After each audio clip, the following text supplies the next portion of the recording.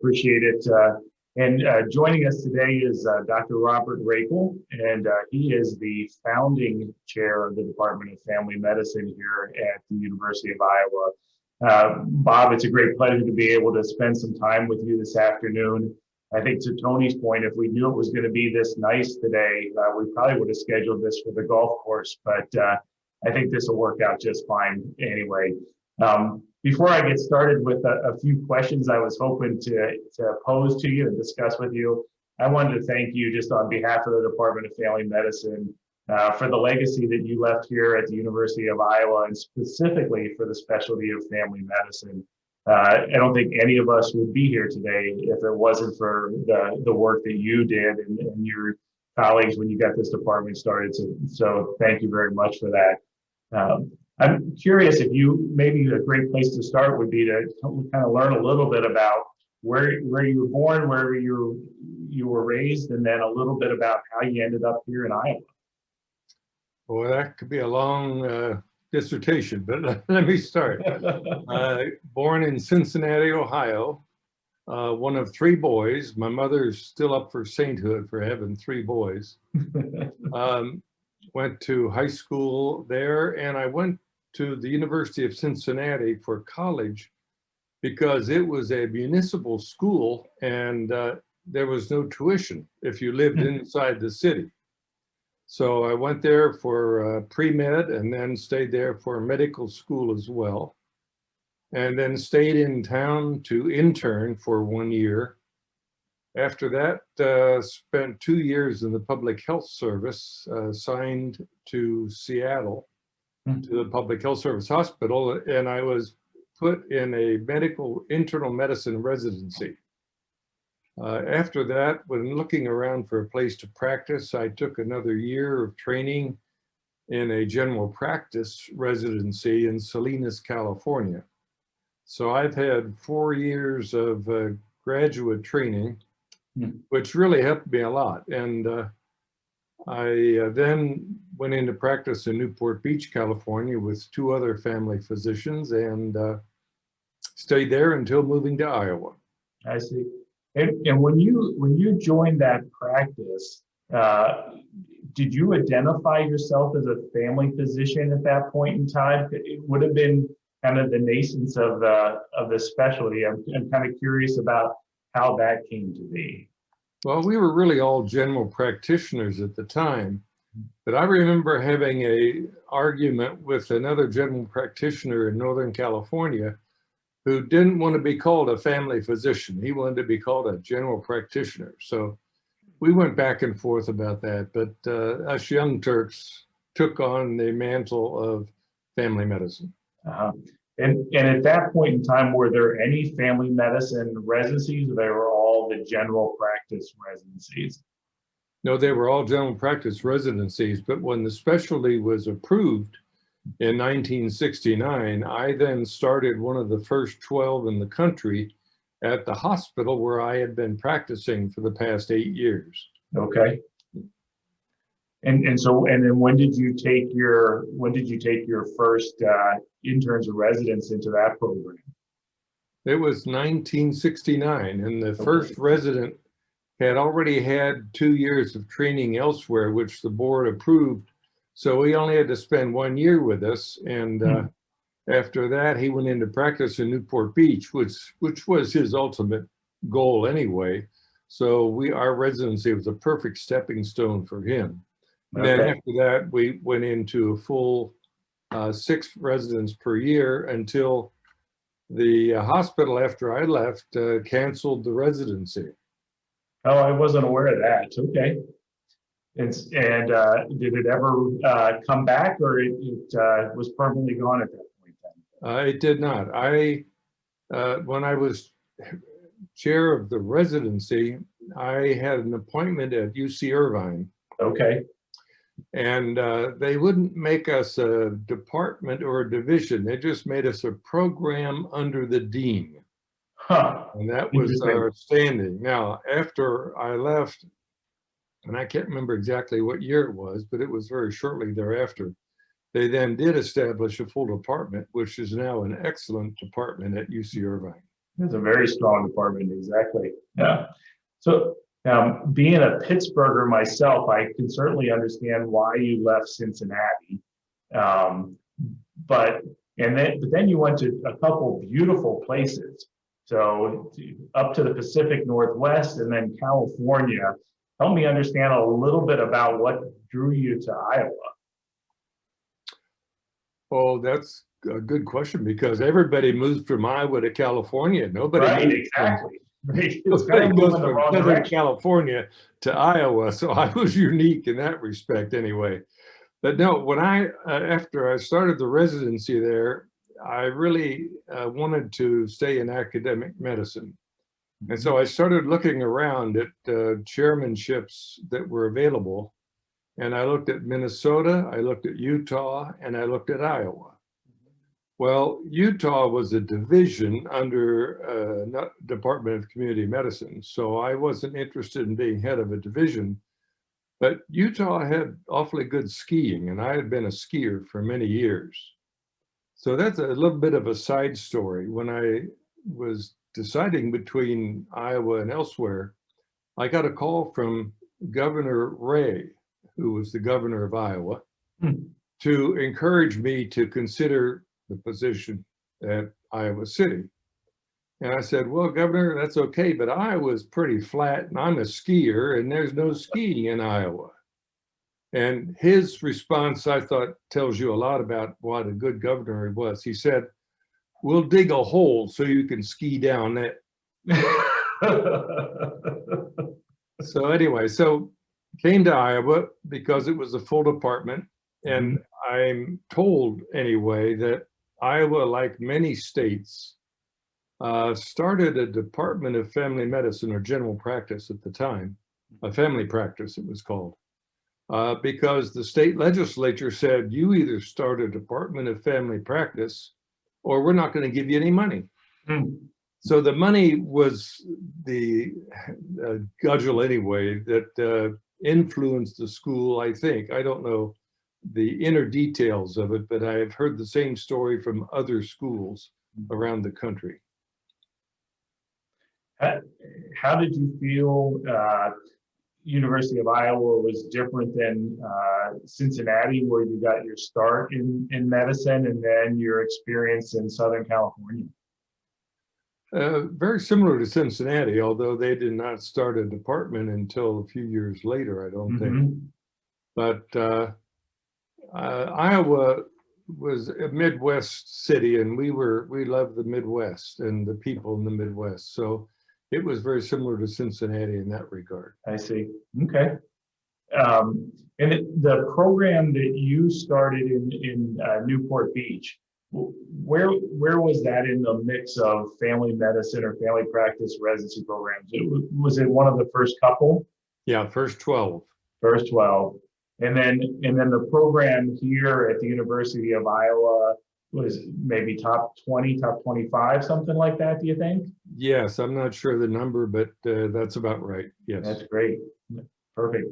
And I, just as an aside, I don't know if you saw, but in U.S. News and World Reports, their 2022 rankings just came out, and we just moved up from the number 15 program to the number 14 program in the country. So again, obviously that would have never happened if you wouldn't have got us off the ground in such an excellent way. So thanks again for that.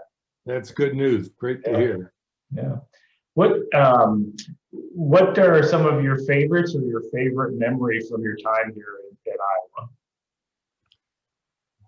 Well, one of my mentors was Bill Bean, who had been editor of the Archives of Internal Medicine, and I had always admired his writing. And so he was an influence. Fortunately, well, Bill Bean had a great saying. Whenever you said, it's nice to see you, he would always say, it's great to be seen. But Bill, I enjoyed becoming good friends with because we would play tennis regularly. And he was a good tennis player. And he would ride his bicycle all around town. Iowa City was perfect for that. So Bill Bean was one reason. The other was that it was a full department equal to every other department, and that was something unusual. However, when we started, we were not given privileges at the university hospital. So we had to start the program at Mercy Hospital, the private hospital in town. And Sister Mary Bernarda was the head of that, and she was really excellent. And they gave us really good support. So we had full admitting privileges to all areas of the hospital until later we then were granted privileges at the university hospital. I see. And so from the very beginning, were folks on the faculty doing maternity care and delivering babies? Yes. Okay. In fact, that's one of the reasons I went into family practice instead of staying in internal medicine where I was trained in Seattle. I really enjoyed OB, and I had been an extern in obstetrics while I was a student at Cincinnati. I see. And I didn't want to give that up, but I didn't want to give anything else up either. So family practice was the ideal specialty for me.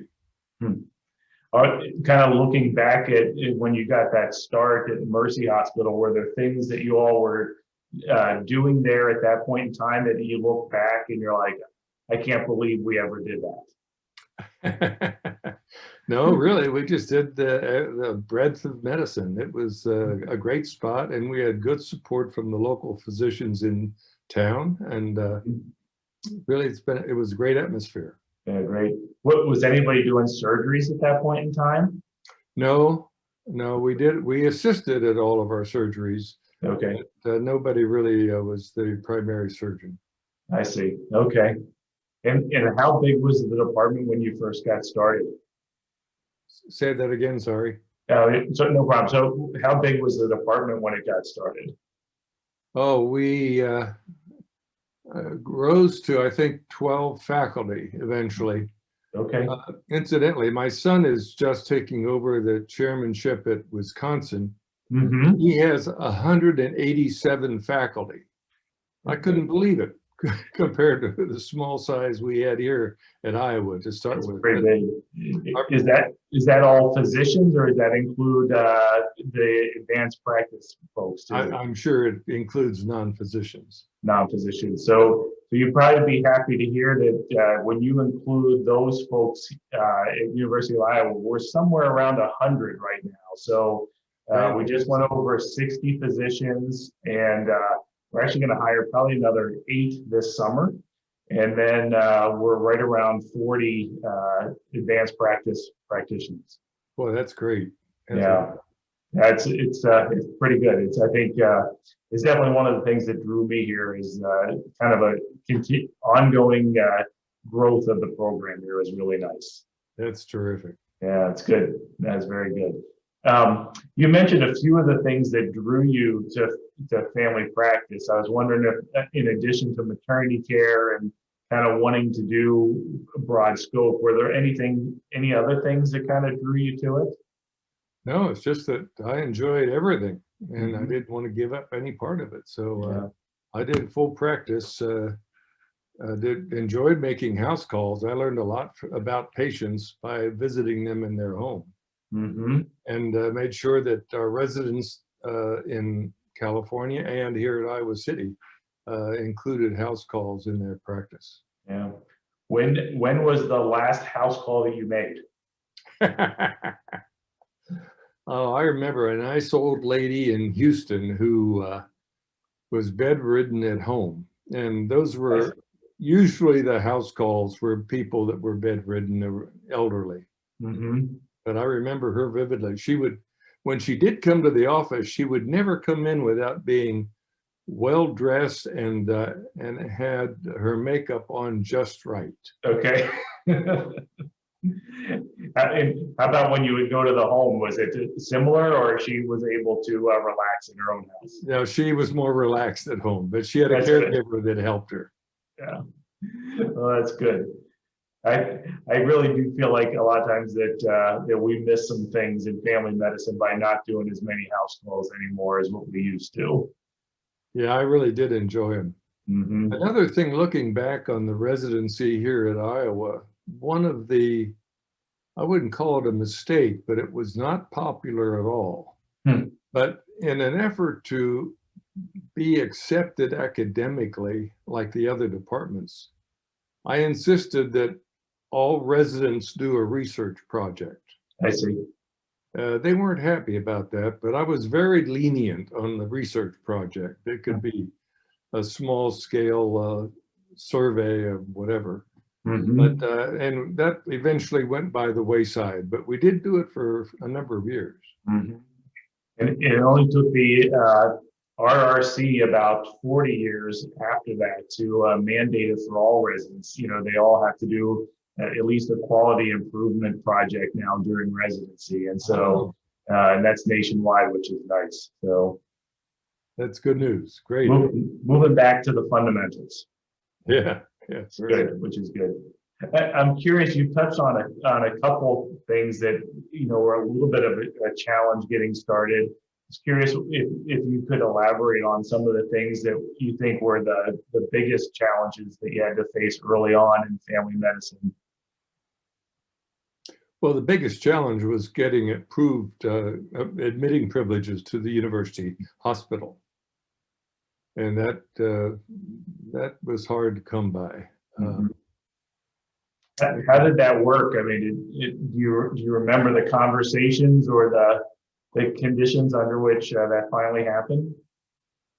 Not really. The one I remember, John Colleton was head of the hospital, and he and I had a little bit of a falling out because it was time when the government was really pushing primary care, and they had offered a lot of money to hospitals that established family practice centers and a primary care program, and family medicine being main one. So he had applied for a fair amount of money and won, at least he had applied for it, and I think did get approved for a fair amount of money to build a family practice center. I see. The problem was they didn't ask me about it. And they designed it to be in the basement of a new wing of the hospital. Oh, no. So a patient would have had to come in the main entrance to the hospital, take an elevator down one floor and walk down a hallway to get to the family practice center. Okay. And I said, that will never be approved. And I know because I'm on the approval board. So that did go by the wayside. And then we were given space in the children's hospital, which was perfect because it had parking at the door, and orthopedics had been in there, but orthopedics was moving to the new wing of the hospital. So that was available, and it turned out perfectly. No, that's great. That's very good. And then how about it kind of as you think back to your tenure here as a whole, what do you think was maybe the biggest challenge that you had during your tenure at Iowa? The biggest challenge? Oh, gee, there were many. I guess the biggest challenge was recruiting faculty to Iowa who did not know much about Iowa. And also we didn't have the funding that we needed to attract some good faculty. So I lost some good people, but that was probably the hardest. Yeah. Did you have particular strategies you used to recruit folks from outside the state? Nothing special, just to show them as much about the camaraderie in Iowa as we could, and the fellowship of the other faculty. My first faculty member was Reuben Widmer, who had been in practice in Winfield, Iowa for many, many years. And one of the things Reuben was famous for was he would, when a child would have a wart, Reuben would buy the wart from him for a dime. And he'd say, now that wart is mine and you can't have it anymore. And 90% of the time the wart would go away. It was a great example for everybody. I might have to try that, although I'm not sure the dime would go far enough in this day and age. You have to have more confidence than I think you'd have today. That's probably true. And my second faculty was from Cadiz, Kentucky. Okay. Ryan. And so he was first from out of the state. Most of my other new faculty had been physicians practicing in Iowa that we were able to recruit. That's great. I was thinking maybe to just kind of shift gears a little bit and talk about another, at least to me, an important part of your career that got started about the time you came to Iowa, which was writing books and editing books, and in particular, Rakel's Family Medicine. And I'm curious about how that idea got started and how you put that first textbook all together. Oh, good. Good story. Well, as I was growing up, I developed a fondness for books, and I still do. I like the printed version, not the internet version. I like to fondle the book I'm reading. Mm-hmm. And I'm reading the story of George Washington right now. But anyway, when I was 9 years old, my parents bought a set of World Book Encyclopedia. And I still remember asking my mother, if I read all of that, would I be smart? And she obviously said yes. Well, that was sort of the beginning of it. But when I was in practice in Newport Beach and the new specialty was approved, I got the idea that we needed a textbook of family practice, just like internal medicine had and pediatrics had and what have you. And so I wrote to Saunders, who was the major publisher at the time of medical books. And fortunately, Saunders was considering doing a new edition of the Specialties in General Practice, which Cecil of the Cecil textbook and Howard Kahn were the two editors. And that Specialties in General Practice was intended as a reference book for general practitioners. Well, my timing was just right. So they invited me to do the first textbook along with Howard Kahn. Now, I was an unknown, but Howard Kahn was very well known to them. He had been doing current therapy for many years. Right. He started doing current therapy because he came out of the World War and suggested that they do a textbook called Current Therapy because he felt he was not up to date on current therapy. And so that turned out to be one of their biggest sellers. And when he died in 1983, I was invited to take over the editorship of Current Therapy because by then I was an own entity as well, having done a few editions of the textbook of family practice. Now, where was I going with that? The textbook, then they invited myself and Howard Kahn, and they also invited a representative from the American Academy of General Practice at the time, who was Tom Johnson.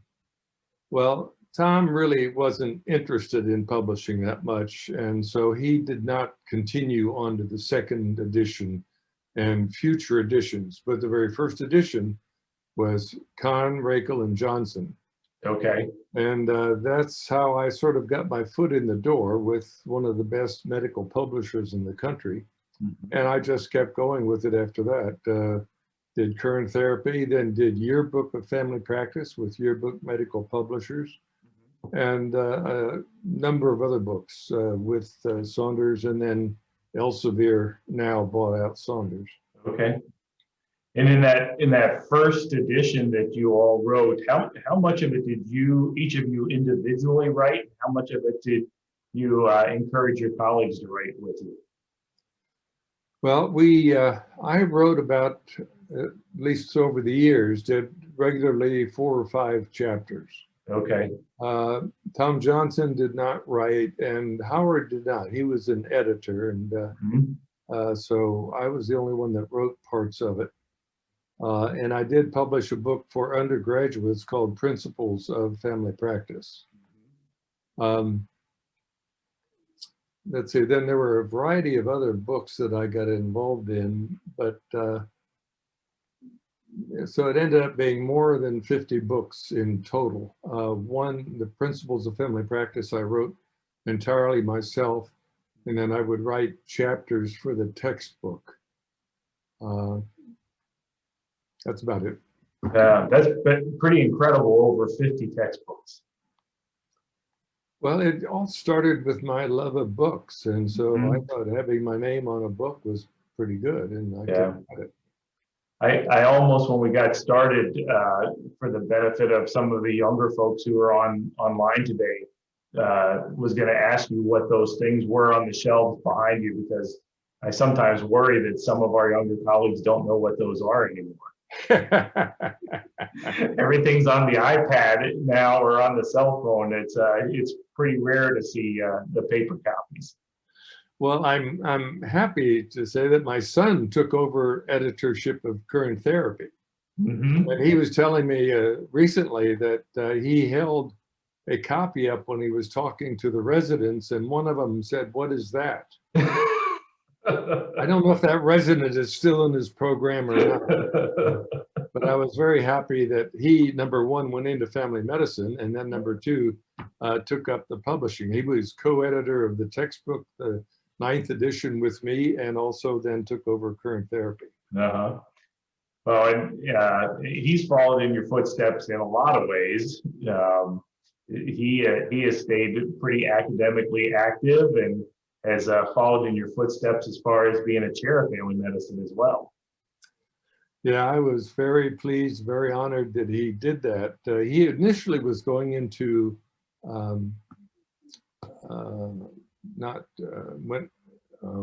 geology. Okay.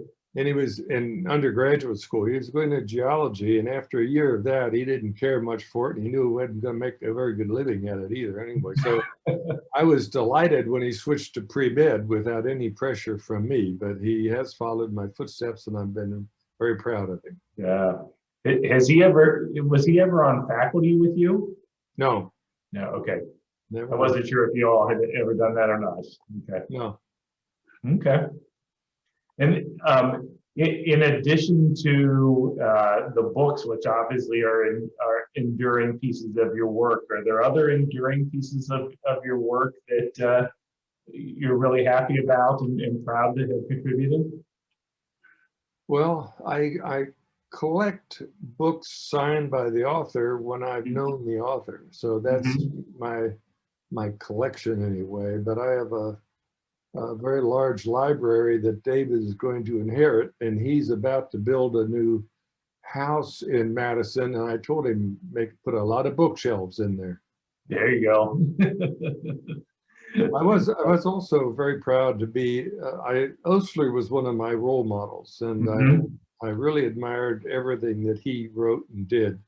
And so I joined the American Osler Society, and eventually was president of the American Osler Society. And that along with interest in the history of medicine are two hobbies that I really enjoyed.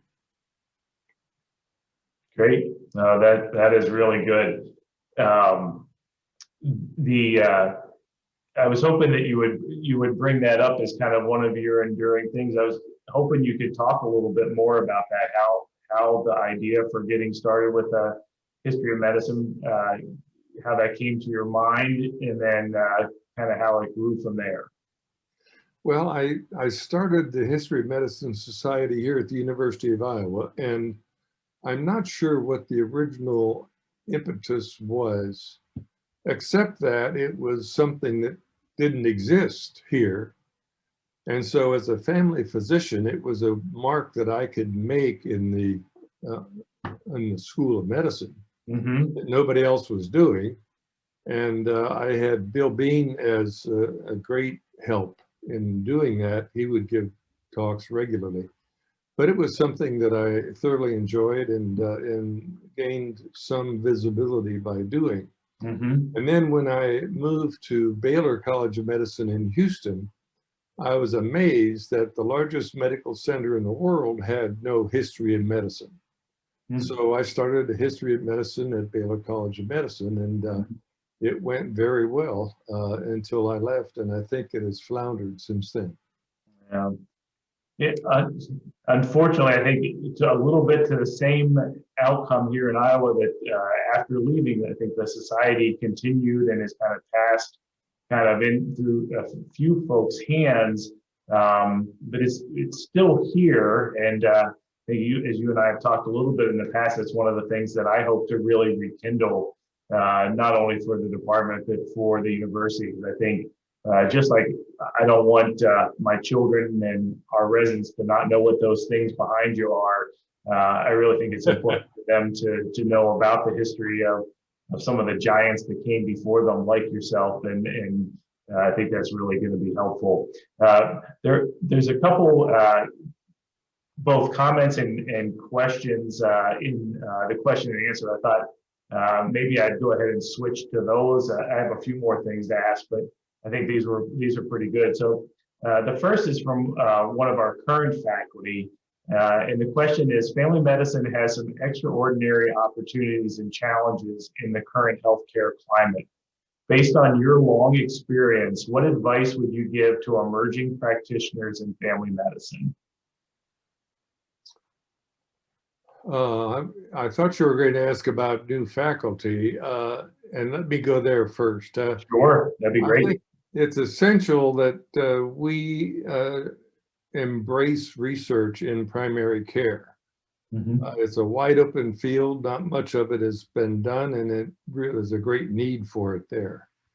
For somebody going into practice, it's hard to give advice because I'm such an old fogey now.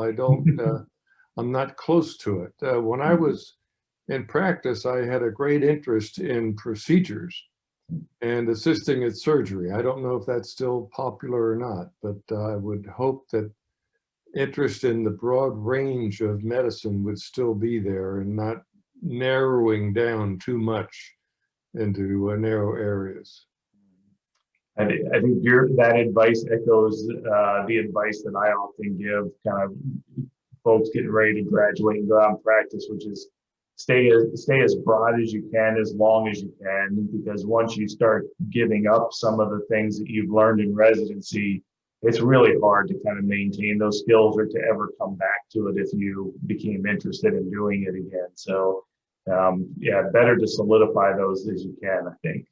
I agree totally. That's good advice. Yeah. So, and then the second is from Rich Rubin, and he was a resident at Iowa. Yep, I remember Rick. Yep. He said, "Hi Bob. When I was a resident at Iowa, the training seemed to encourage private family medicine. How has training changed over the years? Thanks, Rich."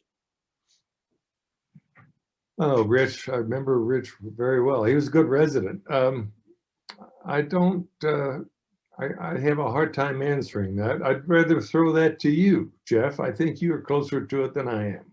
Yeah.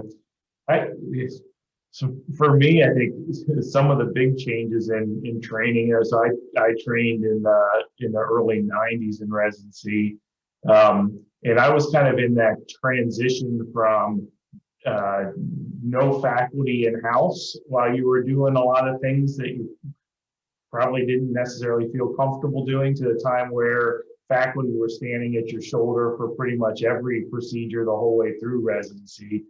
I think that for me is probably one of the biggest changes. I think in a good way. I think it helps us provide safer medicine, and so I think that's definitely a good thing. At the same time, the flip side of it is that, when I finished 3 years of training, I felt pretty comfortable that I could do the things that I was trained to do on my own. And I do worry sometimes whether or not we're almost too much a helicopter parents to our residents, and whether that makes them not feel as comfortable to do some of the things that maybe you and I would have felt comfortable doing out of training. I agree. That's a good answer. One of the changes I don't like that I see is people giving up pediatrics. I think that's an important part of family medicine. Yeah, I think it's tricky. I think that, at least in my mind, that stems from a little bit of a bigger issue, which is giving up maternity care. I think that if you're not doing maternity care, then you're not bringing in those younger families. And if you're not bringing in those younger families, then you're not bringing new kids into your practice. And so it's difficult. And then, so then you start by seeing a fair amount of adult medicine. And as your adult medicine population ages, the number of times you need to see them on a yearly basis increases. And then even if you wanted to build that pediatric population, it's really difficult to do because you don't have the space for it. I agree. I think one of the joys of family medicine for me was obstetrics. Mm-hmm. And that does then, it gives you a whole family to work with from mm-hmm. that point on. And OB was fun because yep. it was almost always a happy occasion. Mm-hmm. One time I remember I had 2 women in labor at the same time. And I had to give one a saddle block and then run across the hall to deliver the other one, then came back and delivered the one I'd given the saddle block to. So that was one of the exciting times in OB that I recall anyway. Those are exciting times. Those are fun times too. Yep.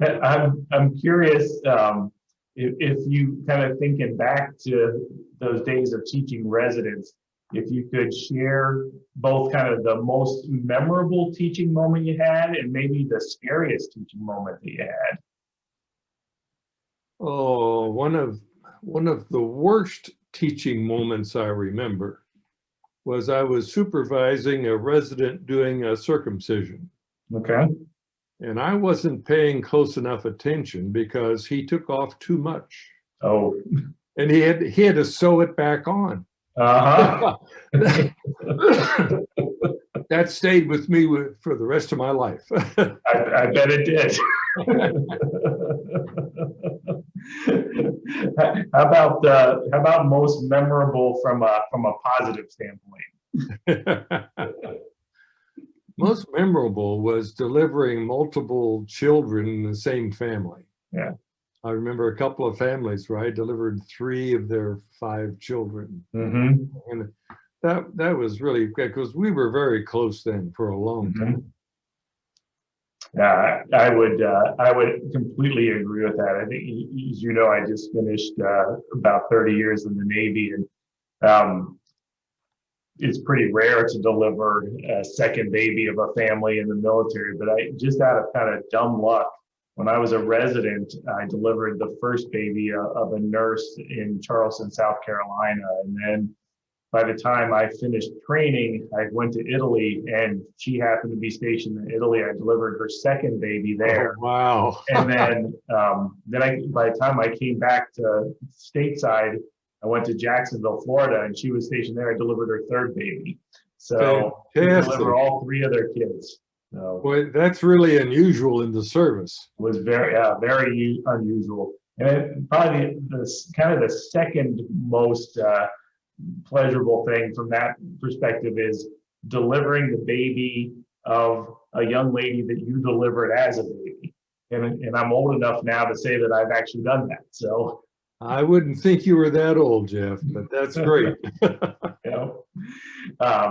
Another question from the audience is, for the specialty of family medicine, what national aspirations have yet to be met?